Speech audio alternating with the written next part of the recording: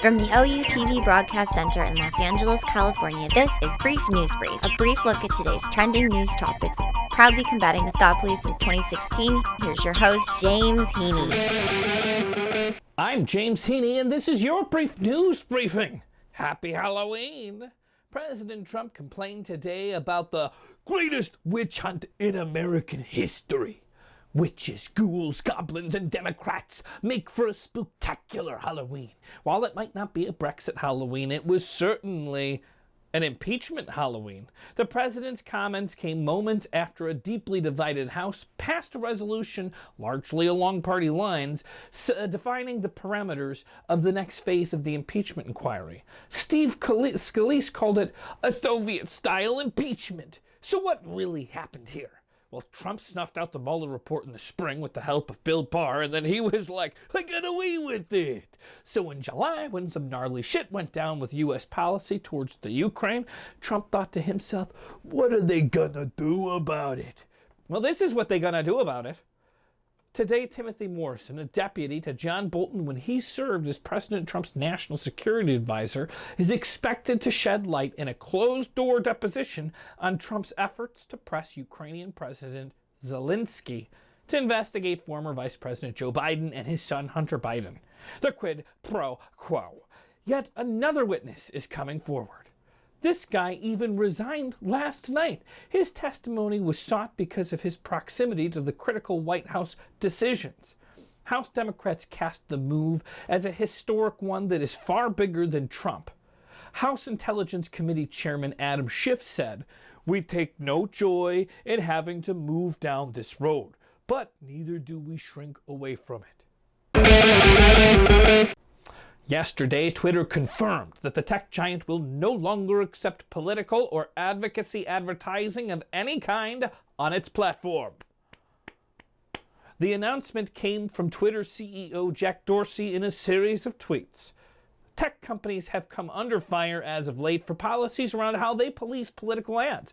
Facebook, as you might remember, allowed pro-Trump Russia-funded propaganda to spread just before the 2016 election, arguably handing the election to Donald Trump with his very, very narrow lead in a few swing states. We already know that social media is corrupting society, intensifying the echo chambers of validating your own opinions and enabling the vilification and shouting down of those who might not agree with you.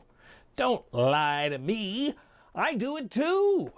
You're more confrontational on social media than you would act in the real world. You don't got those kinds of balls to confront people in real life shouting in all cap letters. Neither do I. I still do it on social media. It's a subtle reminder that social media is not real life. It's avatar life in the Matrix.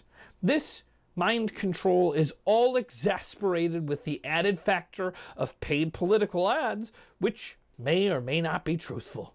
Gee, I don't see how that could possibly go wrong. Just kidding. I just laid it all out for you. That's what's gone wrong. That's what's going wrong. It's going to be what goes wrong. Facebook is happy to openly make a profit on spreading political lies. Money, money, money. Facebook says that the company would not fact-check ads from political candidates or politicians. The new Twitter policy will be published on November 15th, and the policy will go into effect on November 22nd. On broadcast TV networks, they are required by law to run ads from all political candidates, regardless of whether they lie in those ads. Twitter feels that the tech platform's unique ability to distribute ads in a highly targeted manner and with easily tested and customizable messaging, it's different than advertising, any other advertising opportunity, specifically different from broadcast TV, absent of strict government regulations of political ads across all media. The decision over how to manage those ads has been left to businesses. Brad Parscale, Trump 2020 campaign manager, has said, Twitter just walked away from hundreds of millions of dollars of potential revenue. A very dumb decision for their stockholders. This is yet another attempt to silence conservatives, since Twitter knows President Trump has the most sophisticated online program ever known. Men in Missouri are taking an interest in women's menstrual cycles. Oh, isn't it a progressive world that we live in, where men in Missouri are trying to destigmatize a woman's period and talk openly and honestly about it without cringing? They want to celebrate a woman's cycle. Oh, wait a second. Wait. Hold on.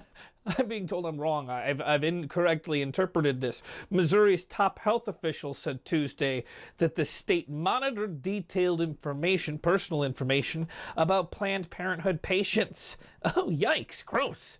That sounds like a major infringement on a woman's basic right to privacy. What the heck were they doing? Well, it turns out that they were reviewing women's menstrual cycles with the aim of identifying those who had failed abortions. Who the heck is this guy? Well, his name's Randall Williams, the state health director. He says he just wanted to make sure that these ladies' little private parts are safe. Oh, gee golly.